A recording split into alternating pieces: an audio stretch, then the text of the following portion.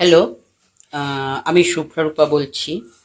এখন ঘড়ির কাঁটায় বাজে ঠিক 10টা 10, মানে এই 15-20 মিনিট আগে আমার কাছে একটা ফোন এসছে। হ্যাঁ, যেহেতু আমার স্কুল আছে, তো ফোন এসছে যে আপনার স্কুলের বাচ্চার ফিস ভরবো, আপনার ফোনপে অ্যাকাউন্টে, এটাই কি ফোনপে অ্যাকাউন্ট? তো আমি বললাম হ্যাঁ, এটাই আমার ফোনপে অ্যাকাউন্ট। তো বললো আমি আপনাকে 5 টাকা পাঠাচ্ছি, আপনি একটু দেখুন। তো আমি দেখলাম 5 টাকা। ফোনপে, আমি যেখানে ফোনপে যে হিস্ট্রি সেখানে গেলাম, সেখানে দেখাচ্ছে না।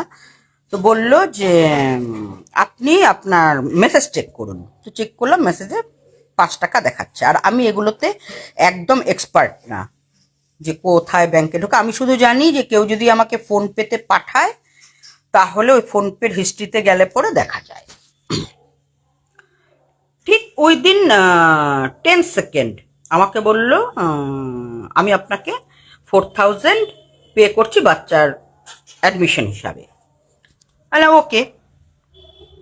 আমি আবার বললো মেসেজে গিয়ে দেখুন। মেসেজটা জাস্ট ক্লিক করে আমি দেখলাম ওটা 4, আমি আর কিছু দেখিনি। আমি বললাম হ্যাঁ, চলে এসছে। সঙ্গে সঙ্গে উনি আবার ফোন করে বললেন যে আমার ফোনটা কাটবেন না, আমার ফোনটা ধরে রাখুন, আমি আপনাকে 4000-এর বদলে 40,000 পাঠিয়েছি, আপনি ইমিডিয়েট আমাকে সেই টাকাটা একটু ক্যাশব্যাক করে দিন। তো যথারীতি আমার মনে হঠাৎ একটা স্ট্রাইক করলো। আমি বললাম আমি তো এরকম ক্যাশব্যাক করতে পারি না, আমি ফোনপে ওগুলোতে আমি অভ্যস্ত না, আমি এক্ষুনি ব্যাংকের লোকের কাছে যাচ্ছি, পাশের বাড়িতে আছে, তো ওনাকে আমি ক্যাশ দেবো, উনি আপনাকে টাকাটা পাঠিয়ে দেবেন। বললো না না না, ব্যাংকের লোকের কাছে আপনি যাবেন না, আপনার যে স্কুলের কি কোনো টিচার নেই? না, আজকে স্যাটারডে, আমার স্কুল বন্ধ। এটুকু পর্যন্ত গেল। এবার যে বাচ্চাটার নাম করে ওর বলছে আর কি, যে ওর নাম, আমি ওর বাবা, সঞ্জনা বলে বাচ্চাটা।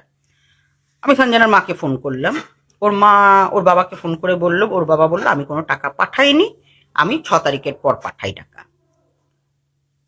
তারপর আমি নেতাজিনগর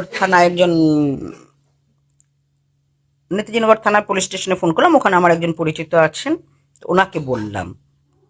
বললো যে শুভ্রাদি, ইমিডিয়েট আপনি নাম্বারটাকে ব্লক করুন, এটা কিন্তু ফ্রড, এরকম অনেক ফ্রড হচ্ছে, আপনি ব্লক করুন, করে খোঁজ খবর করুন, তারপর দেখছি। আমি সেই জন্যই এখন ব্লক করলাম। ব্লক করে আমি আপনাদের লাইভটা করতে বসেছি এই জন্য, কারণ এই রকম ভাবে কিন্তু ফ্রড হয়।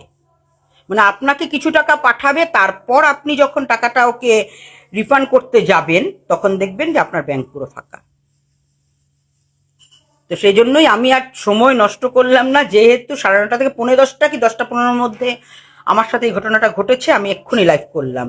আপনারা চেষ্টা করবেন এই লাইভটা সবাই, যতজনের কাছে পাঠানো যায় শেয়ার করতে, কারণ এরকম ভাবে ফ্রড।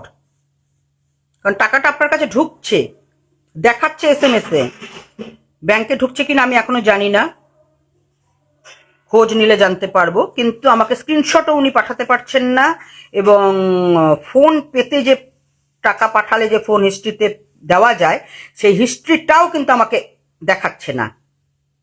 আমাকে শুধু একটা মেসেজ দেখাচ্ছে উনি প্রথমে 5 টাকা পাঠিয়েছেন, তারপর 40,000।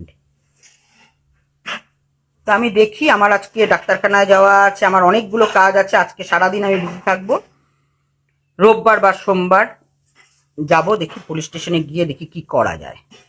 নমস্কার, রাখছি, সেফ থাকবেন।